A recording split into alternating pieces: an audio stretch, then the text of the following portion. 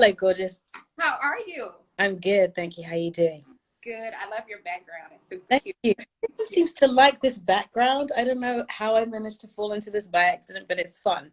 I Yeah. love it. I love it. And your hair. You always bomb. We're gonna get into that. So Cynthia, thank you for joining us today. I'm so excited to have you.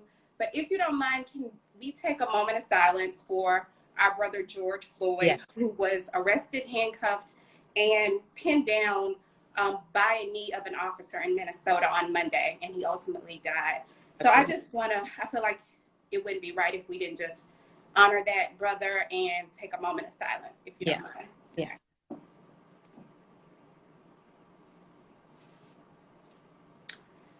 Okay.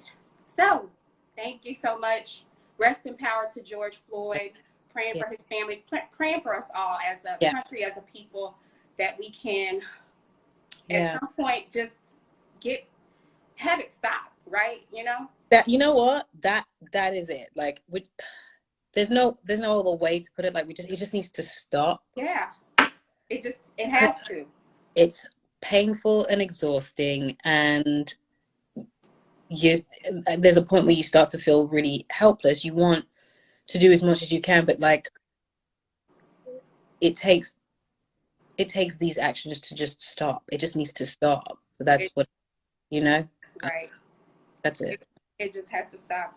Well, Cynthia, Yes, thank love. you so much for hopping on today. My Thank you pleasure. for getting on, you and Lena. I saw you guys in the comments on Monday. Thanks Yeah, for dropping those gems. love him though. He's so great. Like he's Scott is so got amazing. I the love best. him. His Yeah, energy is so bomb. yeah. How are you quarantining? I am busy in quarantine. Yes. You're in my office right now, and there is a microphone to do my songs. Right in Mm-hmm. front, there's a ring light where I do my videos. Here you see this background where I'm taking all my Zoom meetings and all Yes. stuff. Yeah, I'm like keeping busy and active. I am writing. I literally just got off. I think I had 3 different phone calls today about different projects. I'm just trying to make sure that I stay creative and I get stuff done. And I took a break from working out. But now I'm sort of back on it and raring to go. And I started maybe at the beginning of this week. So I'm just getting on with it and figuring out how to move forward and figuring out what a clever way for me to continue creating and making things is for me, that makes me feel full, I guess. Yeah. Yes. Yeah. So as always, I like to go back to the beginning because I like to I want people to get an overview and understand how we got to where we are today. And so Yeah. I have tons of questions. So I hope you don't mind today. Yeah. Sure. Okay, so you were born and grew up in London Yeah. with your mom, single mother, Yeah. raising two. Yeah. Your mom, strong, smart, hardworking go-getter, she knew early on Yeah. that you would be the star that you are today, right? That Yeah. you Yeah. would sing at the age of 5 and that you would then join drama club at the age of 11. Yeah. Cynthia, talk to us a little bit about your childhood and how did mom know early Yeah. on that you would be this? My mom's kind of awesome. She has this baby book, and I love the story because it's so her forethought, the way she thought about me, like when I couldn't even say words, is really special. She has this baby book that she write in, and at the back it asks, "What do you think your child will be when she's older, or when she or he is older?" Mm-hmm. And when I want to say 12 months, 14 months or something like that, she writes down she thinks she's going to be a singer and an actress because she hums when she eats. So when I ate, I would like hum and make noises and all of that. So she was like, oh, could be a singer. And then when I was like 2, she writes down she thinks I'm going to be an actress and a doctor. But at that point I was starting to like mimic her. So she would come in her nurse's uniform, and I would want a nurse uniform as well, and I would want the pen, and I would want the stethoscope, and I want the paper to write down nonsense for me, but it was like prescriptions, what I saw her write. I'm copying, but I think that it was one and the same. It was me sort of learning how to play and be different people and different characters, but she just sort of knew, and from that early age she just would encourage the singing. She would never tell me to not sing, and she would never, she would always want me to watch cool films. And like, whenever I had a new idea and I wanted to join an acting club or an after school club that let me sing some songs, she would just let me do it. Because I think she just sort of believed that we all have the right to do and be the thing that we want to be. She fought to be who she was and what she did, and she just let me do the same, really. Yeah. Do you Yeah. think that that encouragement and push from your mom helped you though? Because a lot of times people in the arts, the family's like, no, like your mom thought you would be a doctor, but Yeah. you went the complete other way. A Yeah. lot of times the family, they don't support the dream Yeah. because they're like, that's not realistic. So do you think that your mom supporting you early on helped you? Oh, absolutely. My mom, I think my mom is my biggest fan. She's been to almost every one of my performances. She's seen all of the films. She came to drama school when I was there to see the performances. Like, she's always there, and she was always supportive, and she was always proud. And she was always reminding me to make sure that I practiced and I worked hard. As far as she was concerned, as long as I worked hard, I could get what I wanted, and I could do what I wanted. And she was just there to support that, really. Yeah. And honestly, I don't know that I would be the same person if it wasn't for her. Yeah. And then you're trained. So you started out though at the University of East London. Yeah. But you weren't too fulfilled. What was it about going to that university that you said, okay, this isn't quite it for me?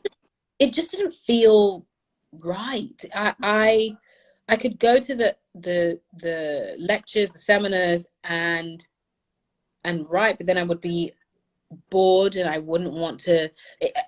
I just didn't want to go to them. But if I didn't go and I wrote the papers and I wrote the essays, I would still get the marks. I would still pass. Right. So it meant that I was doing something that wasn't actually teaching me the thing I needed to know. It wasn't teaching me anything that I already didn't know, as far as I was concerned. And I knew that it wasn't as fulfilling as I wanted it to be. And so when I figured that out, it's a difficult decision to say, you know what, this isn't working. I'm going to leave university. And I didn't tell my mom when I left. I went and did like a youth acting company, and I got in. And then when I was there, I started auditioning for a drama school, and I had decided that I would tell my mom what was going on if I got into the drama school. And when I got in, that's when I told her that I had left university, but I was going to drama school. And she was like, what, how did it, and do you know what is amazing about this woman? Mm-hmm. What's amazing about this woman is that she was not worried about the fact that I had left university to go to drama school. She was worried about the fact that she couldn't help me whilst I was getting ready to go to drama school. Wow. I remember it was heartbreaking. She was like, I feel bad because I couldn't help you. I feel bad because I did everything, but I wanted to work through and do everything on my own. Like, I got some advice, but I set up my student loan for it. I filled in all the forms. I got all of that sorted, and didn't come to her until like way afterwards. Right. And she was just like, she felt bad because she couldn't be an active help in that. And I had to just remind her that she'd been helping me in my entire life, and this is something that I wanted to do and needed to do on my own, because it was the only way I could learn. I needed to do it for myself, to learn independence, to learn about how to get the thing I want with determination. If I was always looking to her to help me, I wouldn't learn how to navigate through to do something like that. And it gave me the most confidence to be able to figure all of that out, work out how to make it happen. Right. With all on. Yeah. I love that. Did you feel that your mom would be disappointed? Was that a little bit of it, that why you didn't mention it to her? Yes, yes and no, because I know that my mom had worked really hard to make sure that we had whatever we needed. And she'd worked really hard for us to be in that place and going to university. She's got these, this young woman who's now at university. It's like the perfect thing. She's gotten through secondary school and through high school, and she's now at university, and she's like on the straight and narrow, and she's doing really well. And I didn't want, there is a part of me that's like, I don't want to let her down. I don't want to be disappointed in me. And I'm like, oh, I hope that she's still proud of me for doing the thing that I wanted, and doing the thing that I knew I needed to, because I really do believe that's my calling, and I I needed to make that decision on my own. It was tough because I just didn't know how she would react, and to get that reaction was like, Okay. Whew, a load off. yeah, Yes. yeah. So what did the Royal Academy of Dramatic Arts teach you that you now continue to use to this day in your acting and your singing? That my vulnerability is my strong suit. That me being vulnerable and being open is the thing that allows me the access to the characters I play, to the people that I get to connect with, to the songs that I get to sing. And when I'm vulnerable, I guess I open a door to who I am, into my heart, into my soul. Right. That's the way you get to see these characters sort of come alive. That's what I was. That's what I learned from RADA, and I was lucky enough to have a really amazing drama teacher. Her name is Cannon, and she made me see that that was what I needed to do, because we as Black women often get the strong Black woman trope, and that's sort of like what you're supposed to be. And when you go into drama school, sometimes that's what they assume that you are, and really some of us are just, we're vulnerable and we're delicate and we're light and fairy, and we can be all of those things. We can be strong, we can be tough, we can be, and then we can be putty, we can all of those things. And I think that she just made me see that being vulnerable didn't mean that I had to sacrifice my strength. Like, being vulnerable was part of my strength. And that's really like been a gateway and a key to becoming who I am today, and to being able to play these different characters. Yeah. Cynthia, do you think that being properly educated and trained as an actor is important to the craft and how you guys deliver on screen? I do think training helps. I do think that there is, there is raw talent, and it does exist, and some people haven't trained, and that is right for them. But for me, I really do think it's an individual thing. There are people who don't need training, and their rawness and their unfinishedness when it comes to the craft is part of the charm of them, part of what makes them work. But for someone like me, I needed to be trained. I needed to go to drama school, because for me it was like an insurance that wherever I went, because I was a singer, so I didn't want anyone to have any excuses as to why they couldn't employ me as an actor. And just them knowing that I had gone to RADA was like, okay, well, if she went to RADA, well, then she has training, so clearly she has the talent to be an actress. But and for me also, if I didn't go to RADA, I don't know that I would have learned about my vulnerability. And really and truly, that really is the key to how I play a lot of these characters. It's finding out what makes them tick, what they need, what they want, what breaks them, what makes them, all of those things. And I didn't fully understand that until I went to drama school. And so I do think for many of us, drama school doesn't necessarily finish us. It does crack open the thing that we haven't been able to use before. You know what I mean? That, yeah. Yes. You were, let's change channels a little bit and go to the music. You were set to perform at the Hollywood Bowl, but due to COVID, it was canceled. Has there been a new date? Have they released a new date yet? They've canceled all dates this year, but I think we're moving it to next year. So we're having like a conversation about what date might work next year, and I'm really glad that they didn't just cancel it totally. I think it was necessary for us to just like wipe the slate clean when it came to Hollywood Bowl. Too many people into one place. Right. It will come back next year, so it's not totally gone. It's just moved. Okay. That's good news. But you're still continuing to use your voice at home and this nice backdrop. Yeah. So you just recently on Monday lended your voice to the National Memorial Day concert on PBS. Talk to us a little bit about why it's so important for you to still, even though we're in quarantine and even though we're on lockdown, to still use your voice to uplift our first responders. For me, I guess I understand thoroughly that these people are putting their lives on the line, and their time and their effort and their energy into saving people. And if me singing lifts people up, if that one small act from me can say thank you, can enrich, can fill up, then that's what I'm going to do. I honestly believe that more than performing and entertaining, that's what my voice is for. That's what my singing is for. It's to mark a moment. It's to lift people. It's to create a space for people to go if they can't release their feelings. The amount of times I've sung something and someone's gone, oh, I needed a cry today, and I've watched this, and that's given me the space to do that. That's why I do what I do. Yeah. I mean, in your voice, you sung Hero and Bridget. Bridge Over Troubled Waters. I was like, okay, now look, you in the house and you blowing us away like that. I was like, yes, we needed that. We needed that. You're also lended your voice to National Geographic's Genius, Yeah. Aretha Franklin. Yeah. Talk to us about that. You've already gotten the praise from the niece, Sabrina Owens, and just the backing from all of the people involved. Were you at all nervous about this role, or did you feel like, I got this?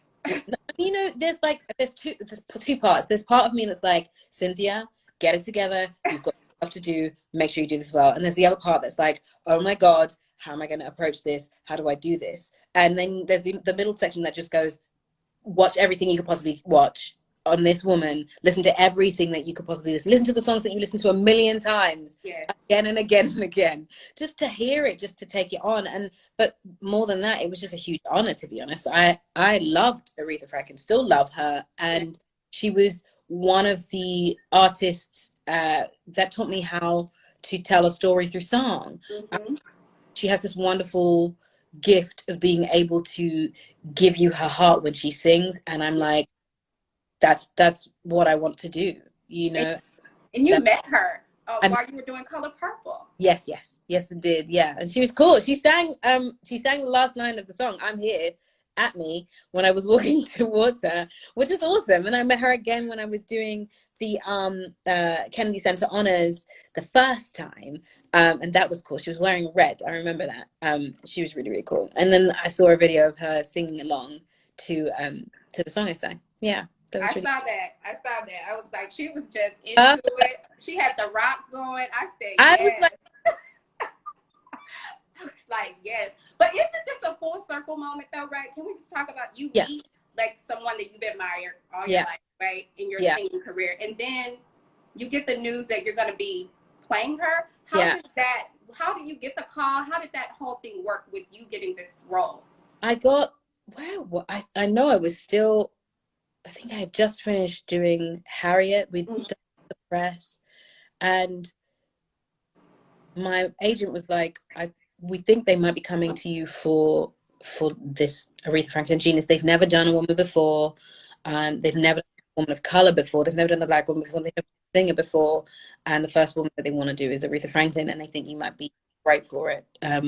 Clive had seen me sing Ain't No Way on the red carpet for the Tonys, and then, that voice, girl. Go to National Geographic and Imagine, who are the production companies doing it, and they sort of, that was what happened. That's what did he. So please know that if you have an opportunity to do something, you're like, I don't know, just try.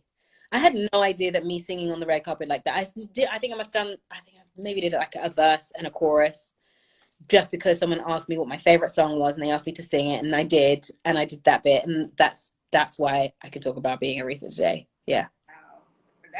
That's a gem. Yeah. Someone said perfect timing on the carpet. I was like, absolutely, it was crazy. Wow. And when it got back that someone had, I don't know, because I think it was for Variety, and he asked me what song I loved, and that was the song I chose, just because it genuinely is my favorite song. I had no idea that was even happening. Didn't know the series was going on. Didn't know they were planning to do the series. I just love that song. So it's the song whenever anyone asks me what my favorite song is, it's that song, Ain't No Way. And he asked me to sing it, and it was just like a natural progression of actions that led to this. It was crazy. Wow. That story is now etched in my heart, because you just never know where your opportunities are going to come from. Never know. You never know. Wow. You never know. So then the Color Purple, but not then, because Aretha Franklin, the Color Purple was before, but you guys work with me here. The Color Purple. So this is where you win your Emmy, your Grammy, and your Tony. Yeah. have you even heard or watched this movie growing up in London? Did you know about The Color Purple? Oh yeah, Okay. yeah. And The Color then, Purple is one of my favorite movies, and wow. I've watched it plenty of times. And then I heard that it was coming to London to a very small theater called the Many a Chocolate Factory, and I was like, I need to do it. I don't know why. Every time I talk about it, I still to this day have no clue why I knew that I was supposed to be doing this particular musical. I just knew it in my heart of hearts, in my gut, in my soul. I knew that I was supposed to be doing this particular musical. And I was like, I have to do it. I want to play Celie. I know this is a musical. I don't know what we have to do to get into it. I don't know what we have to do to be seen, to audition, but I need to get into it. And a friend of mine, Jason Pennycook, then told the artistic director that he should see me. They brought me in, and they I think they gave me 2 days to learn 2 songs and 4 sides. And 4 sides are scenes. So 4 scenes and 2 songs. I had to learn 2 nights before I got in. And I remember feeling with such determination that there was not a chance in hell that I was not going to know all of this material like the back of my hands. I was not going to give them excuse, any excuse to not hire me. So I learned everything like my name, right? Wow. Into that audition and just did as much as I possibly could. And it was then that I guess they just sort of, I guess they had an assumption of who I was, and then they met me and they were like, okay, we were wrong. Right. And then I got a call a few months later that I was doing this play in a small theater, 200-seater, wasn't making very much, but I was happy as anything. And then it turned into this. We end up doing Broadway, and it just changed my entire life. Like, I didn't know any of that was going to happen. I had no idea. I just knew that this show in this 200-seater theater was where I was supposed to be. And this is what's happened. And you talk about how it changed your life. Did you, when you were in the 200 seat, did you envision what it would become, or had you had an idea, or were you just happy that you were in this theater with these 200 people and that was fine for me? I was just happy to be in that show, in that theater at that time with those 200 people, because I had never experienced the way I had felt in that space before in another theater. I'd never seen English people behave like that in a show. I'd just never seen it. And I was happy. I was happy there. So when the opportunity came to come to Broadway, that was like, I thought they were joking. So it happened on I think it was first preview.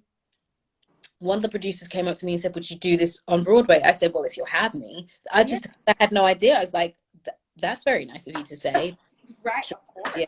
If it happens, that's nice. Yeah. I got called into the office maybe a month later to say that they were planning on taking it to Broadway, and that my director, John Doyle, wouldn't do it without me. So then it happened. I mean, it's just, the whole thing is just, every time I look back on it, it's like, how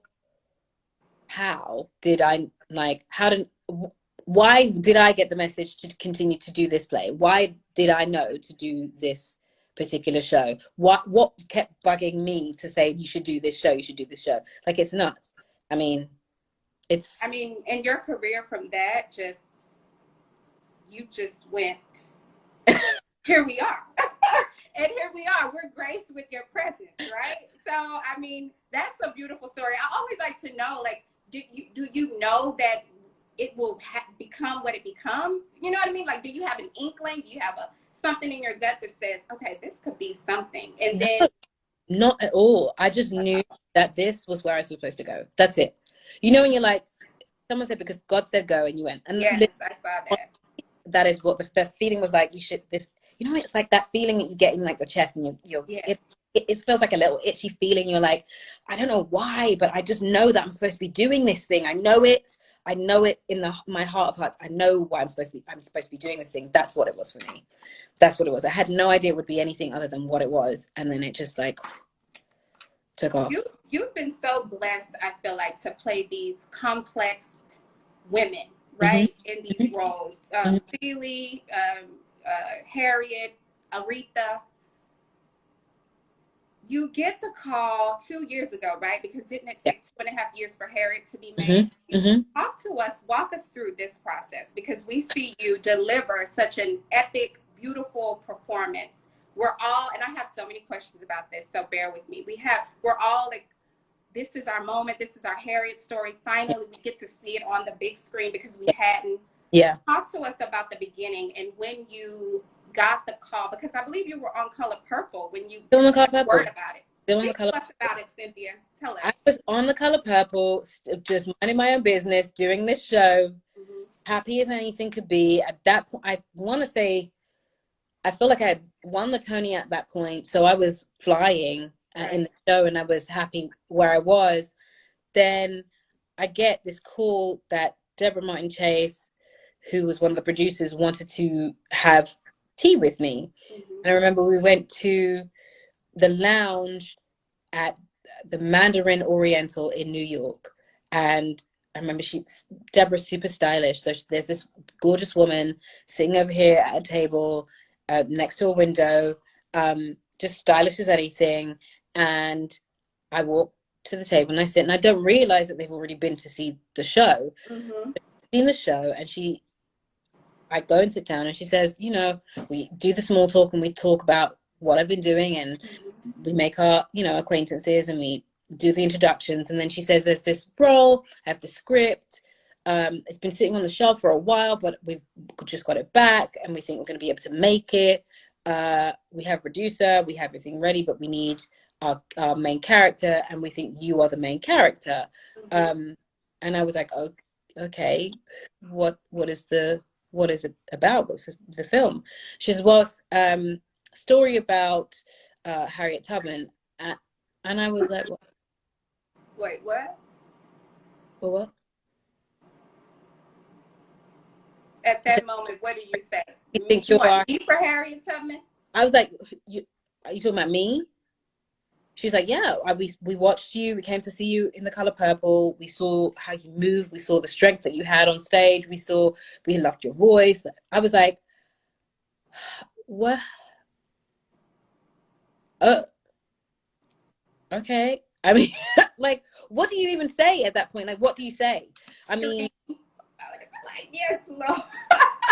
The thing, what people don't realize is that Harriet was the first movie I was cast in. Right. What?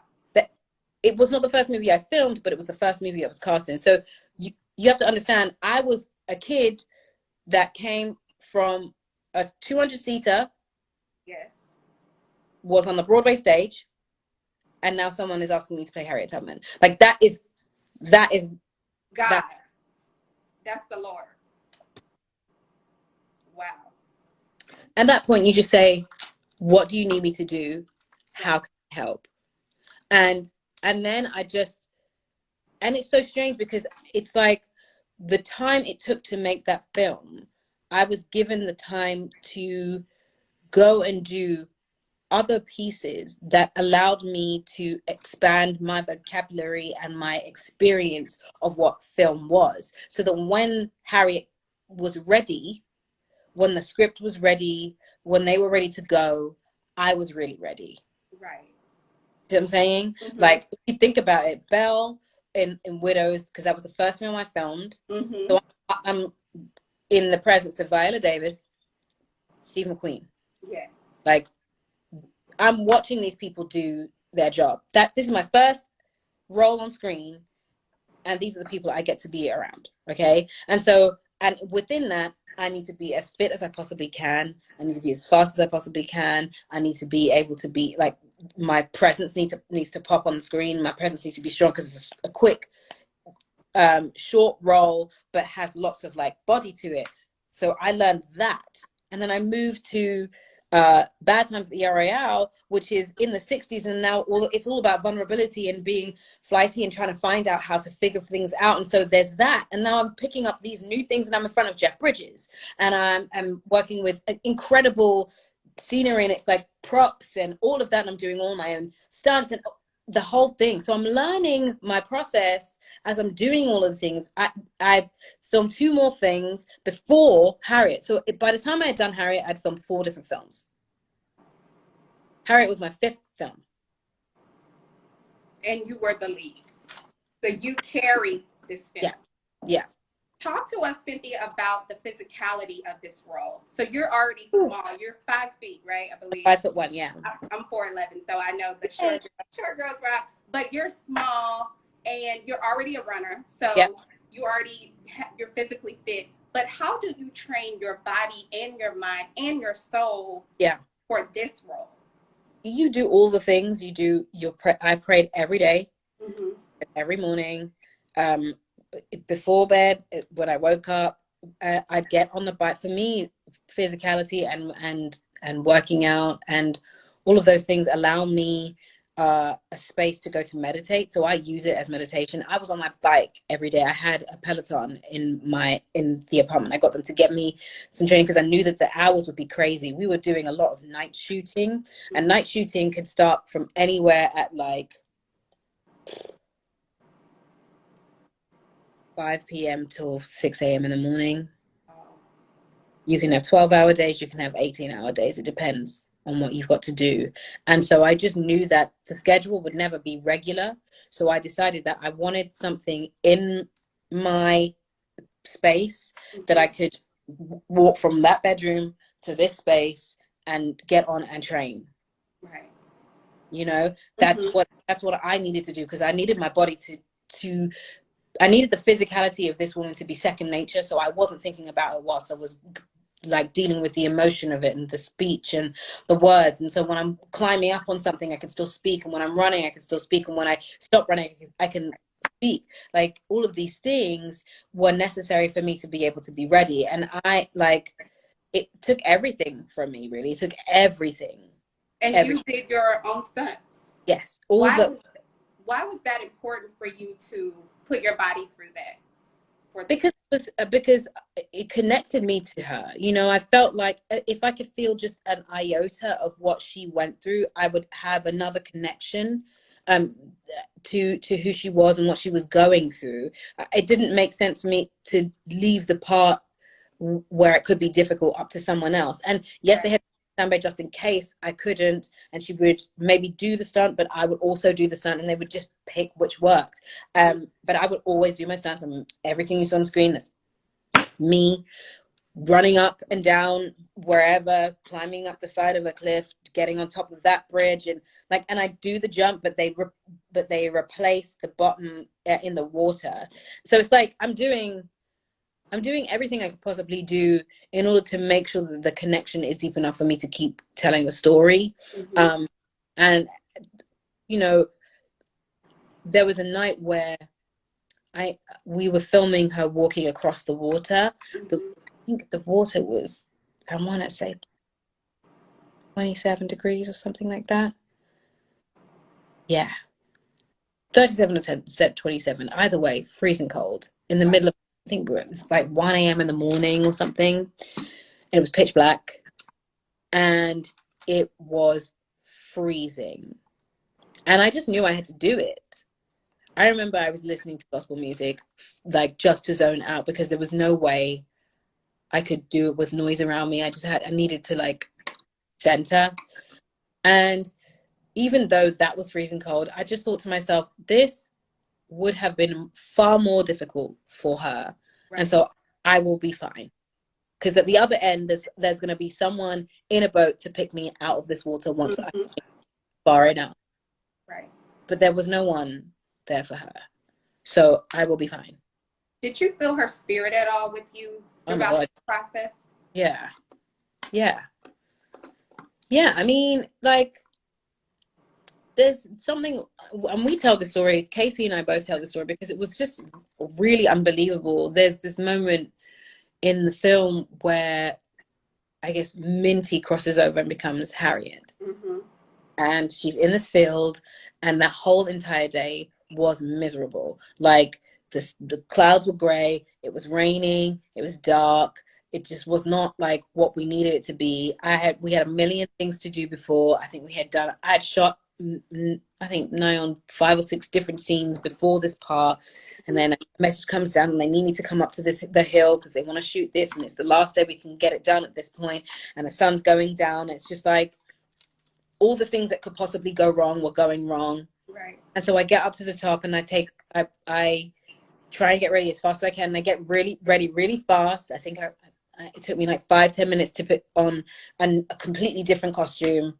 I get to the top of the hill, and then we start the scene. We're riding up in this horse and carriage, and as I come up, there's a rainbow on my right. Wow.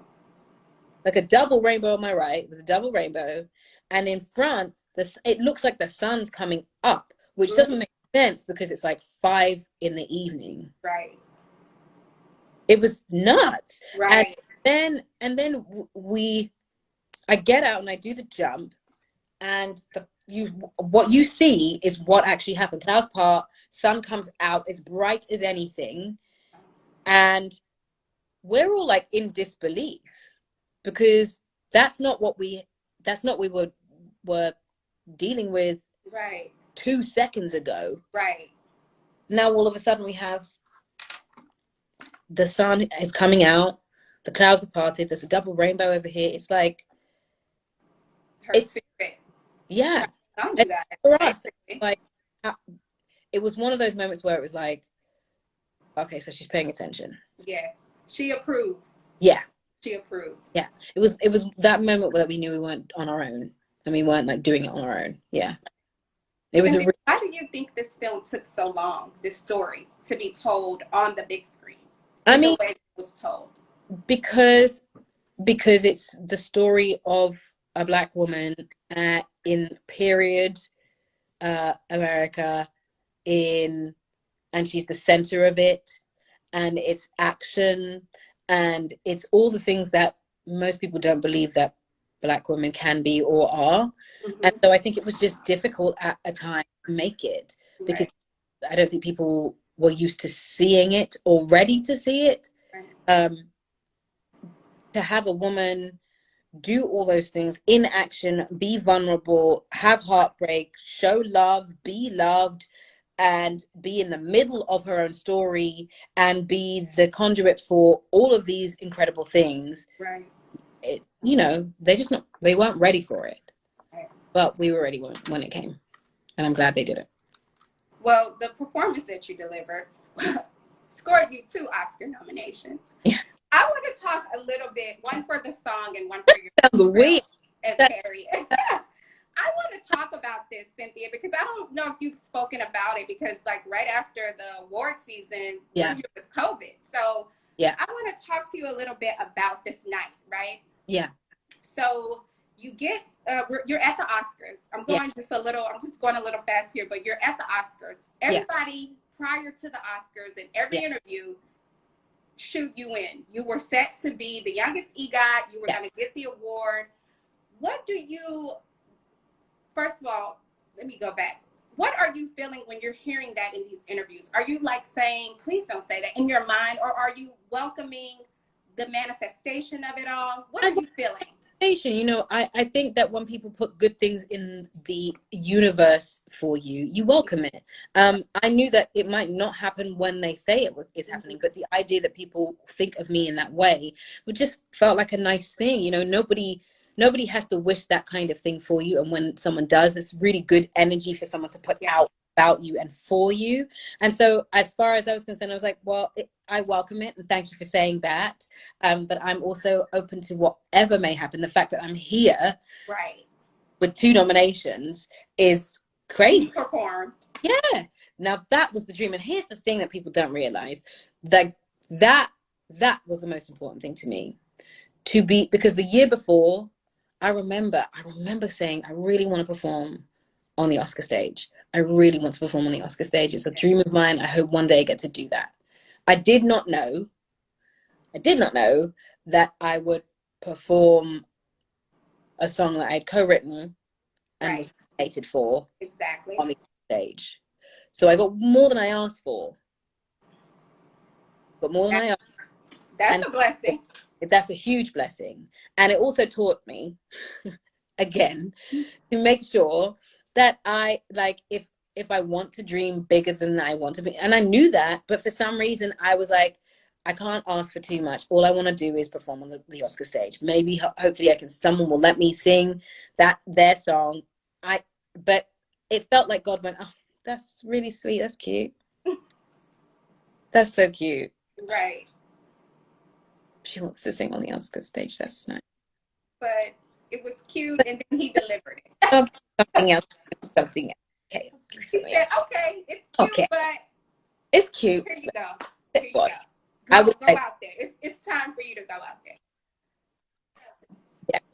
Wow. Yeah. So I want to know that night, because people are in the comments saying, as I thought when I watched, as so many people thought, that you were going to win, right? We knew that you were going to win because you delivered this amazing performance. We knew that you would either win for the song or you would win for Harriet. So you don't get the award. How do you feel the next day, after everything is said and done? Are you feeling like, oh, I'm glad that's over? Okay, that was a bump night. How do you feel? I felt great, because it was such a long journey to even be there. And the fact is, like, I have time. There's so much time to get back to that place. There's so much time to do more. And if it didn't happen then, it will happen another time. Like, I don't think anything is by accident, like there was a reason. What was wonderful about that night is when I sang that song, the entire room was on its feet. You know what I mean? Like, and that, people in their living rooms, right? We were on our feet too. And that felt, for me, that was a moment that I felt like I had won, because, to be able to, that doesn't happen. At the Oscars, people don't stand up for someone singing anything. It just never happens. And then it happened for me. I felt great the day after. I felt great because I felt like I had done the thing that I really wanted, performed on that stage with a song that I was nominated for, and it did the job that it was supposed to do. You see what I'm saying? Right. No one's going to take away the 2 nominations. I'm always now nominated. If I nominated again, right. I'm always going to be an Academy nominee. And that means something, it does. And I'm really proud of that. And if it happens again, then wonderful. And I'm 33 years old. I have years ahead of me to create and to have that happen again. And I'm sure that there will be many films that I am in love with, and hopefully people garner just as a worthy as Harriet was. And if it happens, great. We'll see that. You deserve it. You still should have won. I just have to say that. You still should have won. But do you feel, though, you were the only Black actress nominated? Yeah. Mm-hmm. The lack of representation. The BAFTAs had no Black actor. And you know how I felt about that. And you declined to perform because of that. Yeah. Cynthia, why are we still dealing with lack of representation in 2020? Because I think at the top, there aren't enough of us helping to make those decisions, honestly. And I think that has to change. I think, I had a conversation yesterday with the American Theatre Wing, and Heather Hitchens, who runs it, who is wonderful, was asking about, because their theatre has made strides to move forward in diversity and making sure that representation actually is a real grounded movement. And she asked, how can we keep that going? How can we make sure that doesn't go backwards now that this has hit and people have to figure out how to make money? And I said, well, the best way to do that is to make sure that the people that are having conversations don't all look the same and aren't all the same. People have to make a point of bringing people in that are from different walks of life and different experiences, to say, hey, we did that already. There's no people of color in that. There are no LGBTQIA people in that. There are no people that represent me. There are no people that represent this person over here. And this is a story that we've told a million times. So can we please do something different? Because it's only when someone that looks like me and looks like you that gets in the room at the top and says, no, that doesn't work. Right. That it will change. You know what I mean? That's why. That's how. Do awards still matter? I know you said that you didn't win the Oscar this year, but you still have time. Yeah.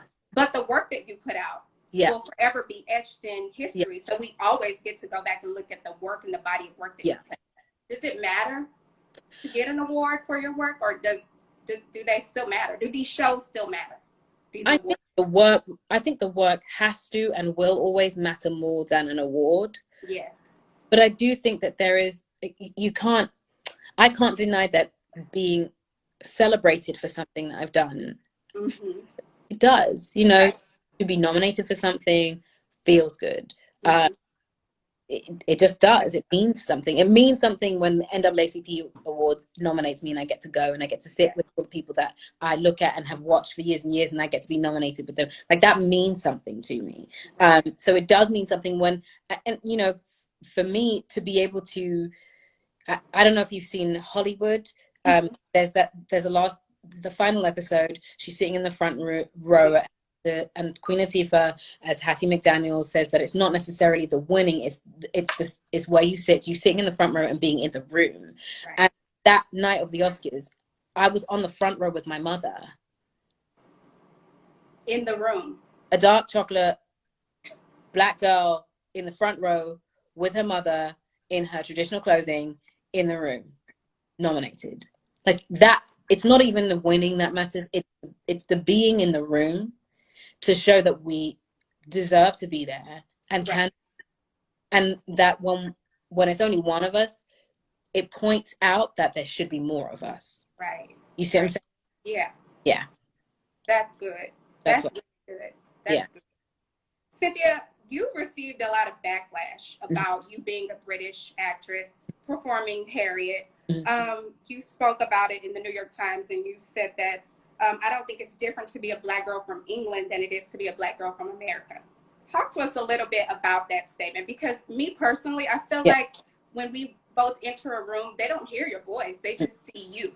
Yeah. They just see your face and your skin color. So, you know, but talk to us a little bit about that Yeah, statement. I'm like I come from a place that still finds it difficult to accept women of color and still thinks of us as only useful in performance when we're sassy. That's the word. That's the word they use. Right. Sassy and have attitude, or and that's all they see of us, and they find it very difficult to put us in these pieces, and they Right. find it very difficult to include us in pieces about the world. I can't tell you how many costume dramas I've watched that have zero people of color whatsoever in them at all. And you just never get to see. My first examples of people who were in performance and actors that I loved were American actresses. Wow. It was the Viola Davises and the Kerry Washingtons, because I'd Right. never seen those programs before. And the women who were brilliant had to come over to America and before they were seen Mm-hmm. to be as worthy enough to carry a piece. Marianne Right. Jean-Baptiste is an amazing English actor, and her series is here. You see what I'm Mm-hmm. saying? Like, I was one of four in a drama school. Right. One of four Black people in a drama school, three Black girls, one Black boy. Mm. You know, that's my experience of the world. And when I lived in East London, so all of the, you know, Premier Theatre, you get the National, you get the Almeida, most of those theatres only show plays with white people in them. Full white cast, no one else. And you go to Stratford Theatre Royal, and that's where all of the Black people are in one theatre. And that's not enough to tell the stories that we have. It's just not, Right. you know? Right.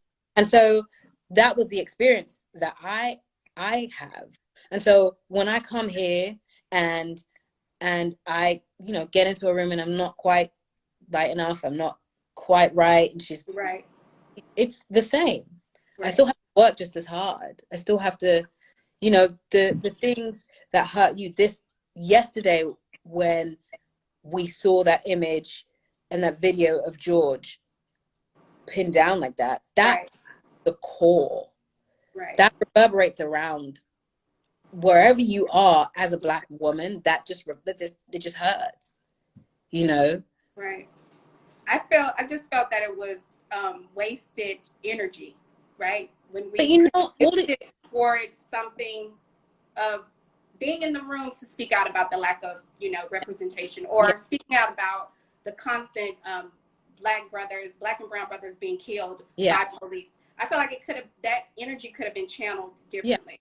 Yeah. But you know what it did? It did it did open up the conversation about the differences and the experiences that we have across the pond, and whether I think it creates an opportunity to talk about how we have been treated and how we feel and what our experiences are, and actually to find the likenesses that we have between each other. Like, it starts in one place but can actually be really helpful and be constructive when we talk together about the things that we have been through. Like, there are conversations that I had with people that I was able to make others understand where I had come from and what I had experienced, so that there was the knowledge that you and I are not that far apart. Correct. You know, Mm-hmm. just that's what I found. It was easier for me to see it as an opportunity to have a conversation about where we'd actually all come from and how we'd actually all been affected by this, the way we as Black people have been treated across the board. I love that perspective, Cynthia.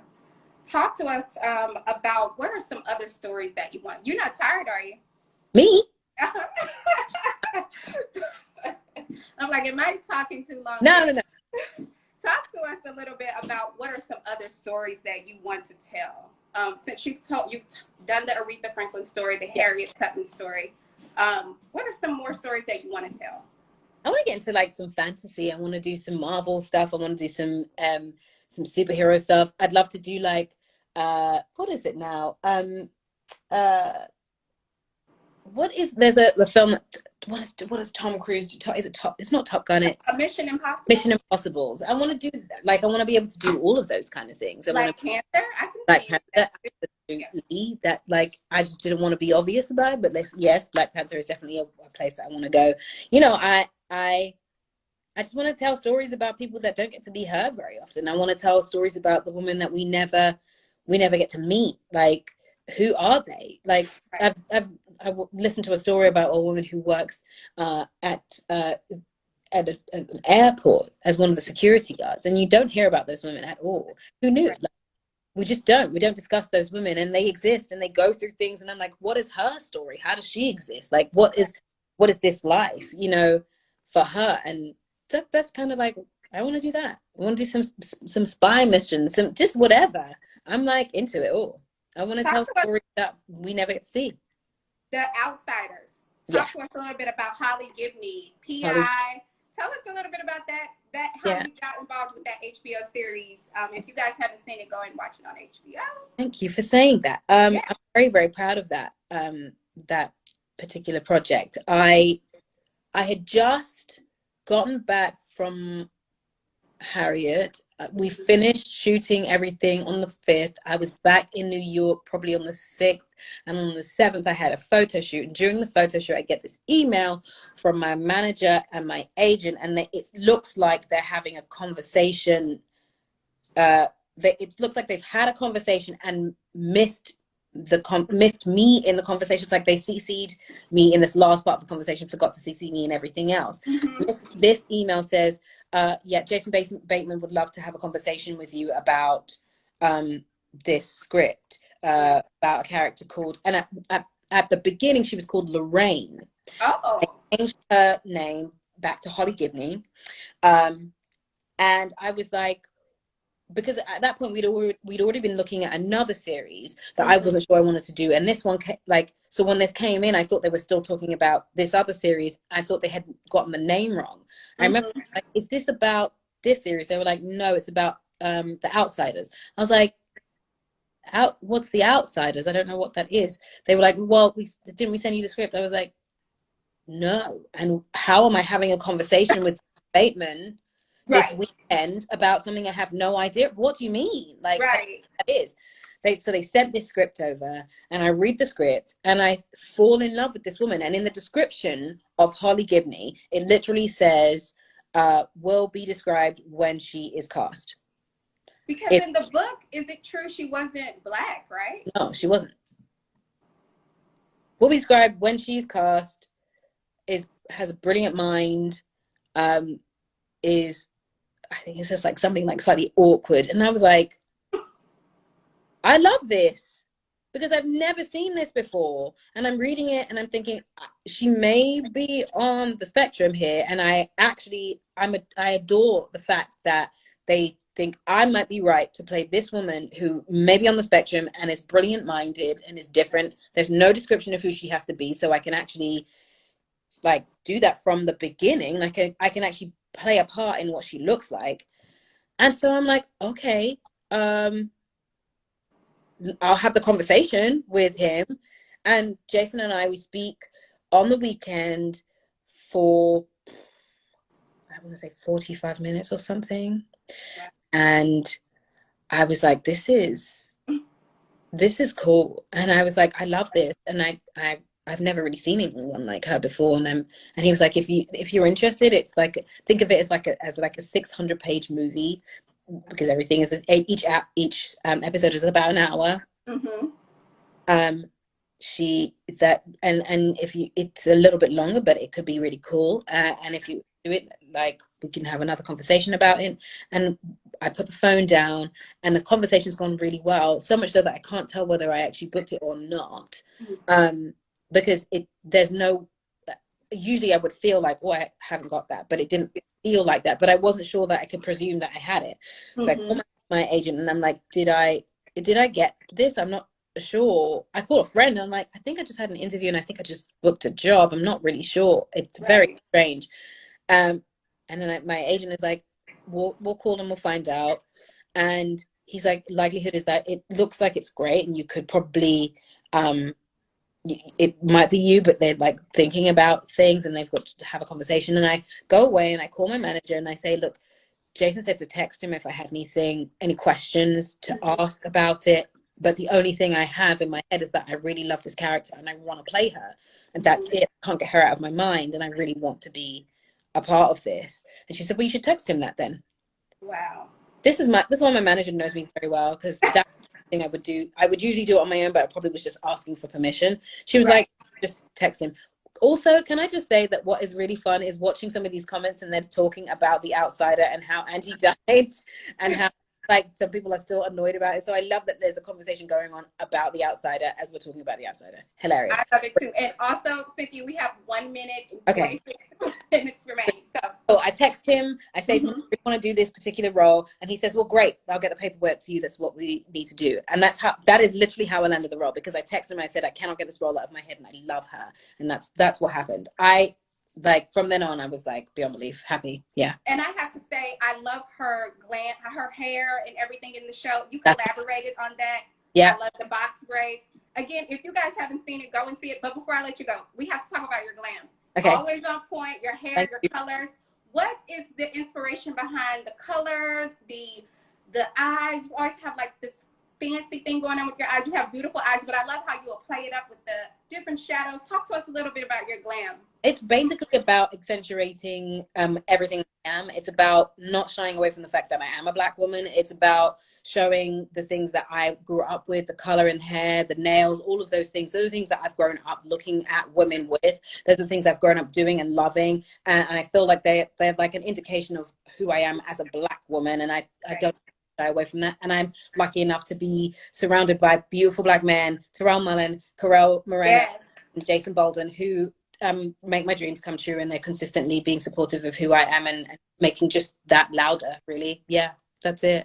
We love you, Cynthia. You guys go watch Outsider. When is Aretha coming? Do you have a date? The fall. It's coming in the fall, and when I have a date, I will let everyone know, I promise. We love you. Thank you so much, Cynthia. I appreciate you. Lots of love. Thank you so much. Bye. Bye, everyone. Bye. Where is the buzz? Oh, where is the buzz? You said was mine. Where is the buzz?